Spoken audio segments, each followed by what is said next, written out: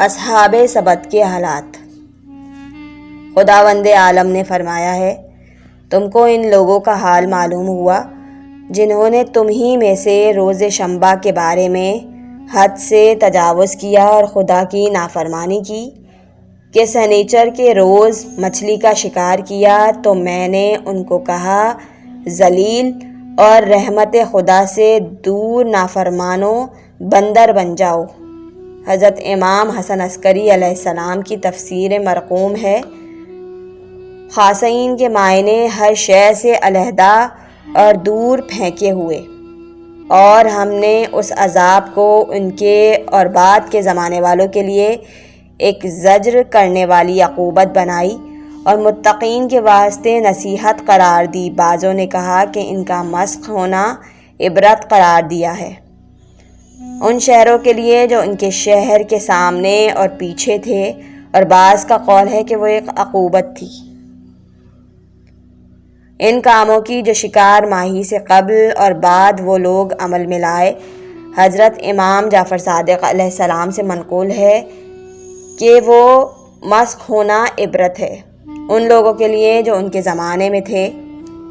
امام زین العابدین علیہ السلام نے فرمایا کہ یہ وہ جماعت تھی جو دریا کے کنارے رہتی تھی، اور خدا اور اس کے رسولوں نے ان کو روز شنبہ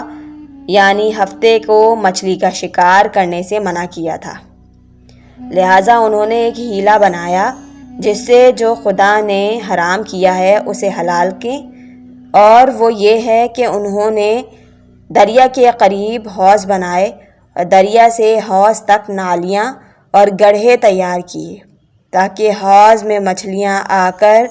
واپس نہ جا سکیں، اور ہفتے کے روز جب مچھلیاں امان الہی میں آ جاتی تھیں اور نالیوں اور سوراخوں کے ذریعے ان کے حوضوں اور تالابوں میں داخل ہو جاتی تھیں اور شام کے وقت چاہتی تھیں کہ دریا میں واپس چلی جائیں اور شکاریوں کے شر سے محفوظ ہو جائیں تو نہیں جا سکتی تھی،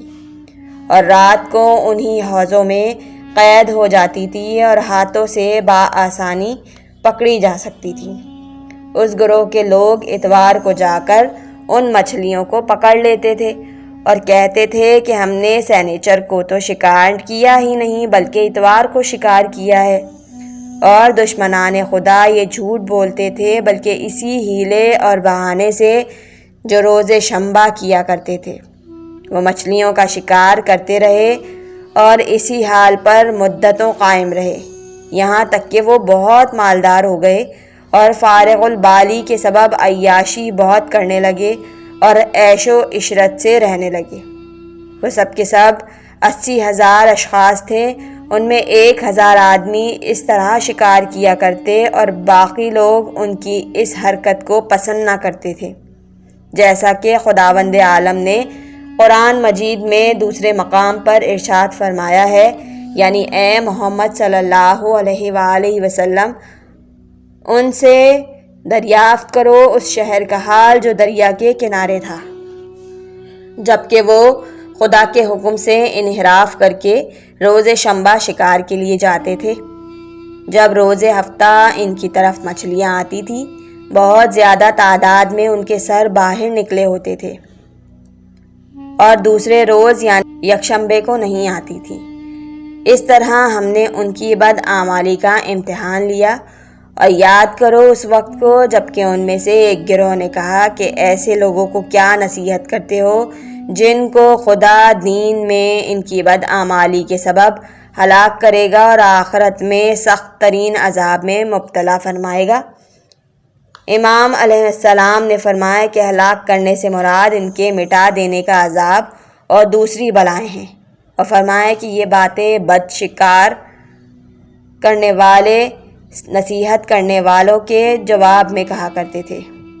اور مشہور یہ ہے کہ وہ 3 گروہ تھے، ایک گروہ شکار کرتا، ایک گروہ ان کو منع کرتا اور ایک گروہ خاموش رہتا تھا،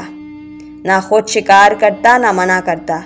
اور یہ بات آخری گروہ کرتا تھا۔ تو انہوں نے حد سے تجاوز کیا اور اس سے باز نہ آئے جس سے ان کو روکا جا رہا تھا، تو ہم نے ان سے کہا رحمت خدا سے دور ہو اور بندر بن جاؤ۔ پھر حضرت امام زین العابدین نے فرمایا جب ان 10,000 آدمیوں نے دیکھا جو خدا کے مطیع اور ان کو نصیحت کرنے والے تھے کہ ان 70,000 اشخاص نے ان کی نصیحت قبول نہ کی اور خدا کی جانب سے نزول عذاب کی پرواہ نہیں کرتے، تو ان سے کنارہ کش ہو گئے اور ان کے درمیان سے نکل کر دوسرے شہر میں چلے گئے۔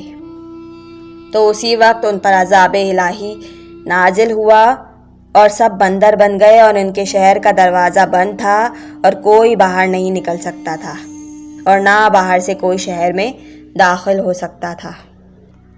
غرض وہ سب 3 روز تک زندہ رہے۔ پھر خدا نے ان پر ہوا اور بارش بھیجی جس نے ان کو دریا میں ڈال دیا اور ہلاک کر دیا، اور مسخ ہونے والوں میں ایک بھی 3 روز کے بعد زندہ اور باقی نہ رہا۔